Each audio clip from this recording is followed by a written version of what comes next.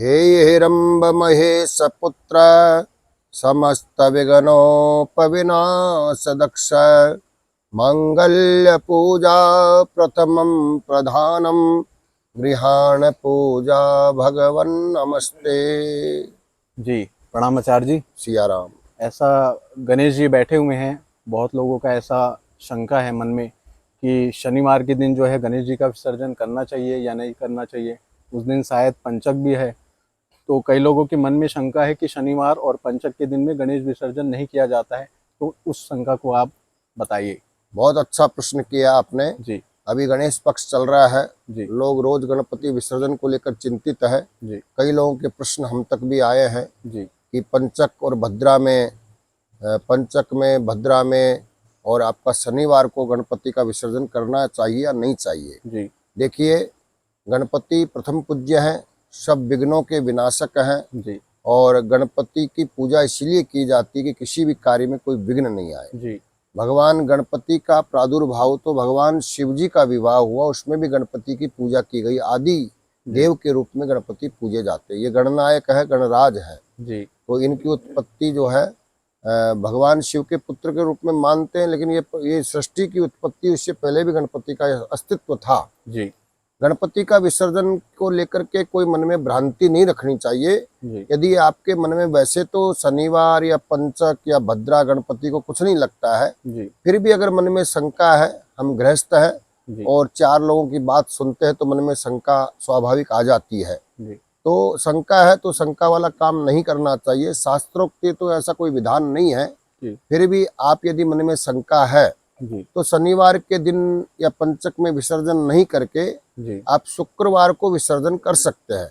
जी शुक्रवार के दिन न पंचक है और न कोई शनिवार वाला वहम रहेगा। जी आप शुक्रवार के दिन विसर्जन करें, जी लेकिन मेरा करबद्ध निवेदन यह है जी कि गणपति का विसर्जन सूर्यास्त के बाद नहीं करना चाहिए। जी हमारे घर में कोई अतिथि आते, मेहमान आते हैं, जी तो यदि सायंकाल के समय आए तो उनको रात को विदा नहीं किया जाता है। जी और रात्रि को कहाँ जाएंगे, जी यात्रा भी नहीं कर पाएंगे, कहीं उनको बसेरा भी नहीं मिलेगा। जी इसलिए बोलते हैं कि रात्रि का आया हुआ मेहमान और रात्रि का आई हुई बरसात जाते नहीं है। जी तो वैसे ही गणपति भगवान का हमने इतना सम्मान के साथ, सत्कार के साथ, विधि विधान से घर में बैठाया, जी बड़ी पूजा की श्रद्धा से, और विसर्जन के समय यदि रात्रि को विसर्जन कर दिया, अश्रद्धा का विषय हो जाता है। जी इसलिए मेरा निवेदन यह है कि रात्रि के समय कभी भी विसर्जन नहीं करें।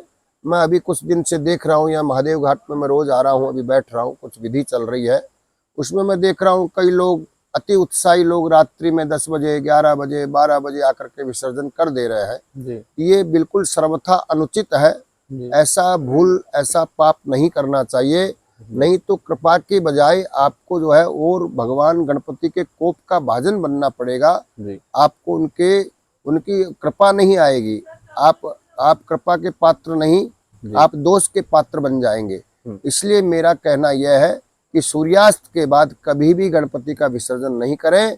और शुक्रवार के दिन जी 5 तारीख को, उस दिन शुक्रवार भी है, बहुत अच्छा वार है, सौम्यवार है, जी और 5 तारीख के दिन कोई पंचक वगैरह कुछ भी नहीं है। जी तो आप सूर्यास्त से पहले गणपति का विसर्जन करें। जी और गणपति विसर्जन से पहले भगवान गणपति परम प्रसन्न हो, आपके ऊपर खूब कृपा बरसाएं, आपकी हर इच्छा को पूरी करें। भगवान गणपति रिद्धि सिद्धि के दाता है और रिद्धि सिद्धि उनकी पत्नियां हैं, शुभ लाभ उनके पुत्र हैं।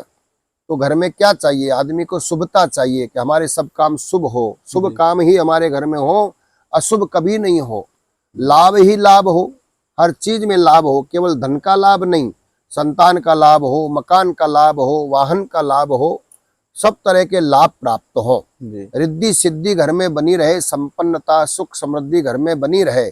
इसके लिए आप गणपति भगवान को आरती करते हैं, प्रसाद चढ़ाते हैं, पूजा करते हैं।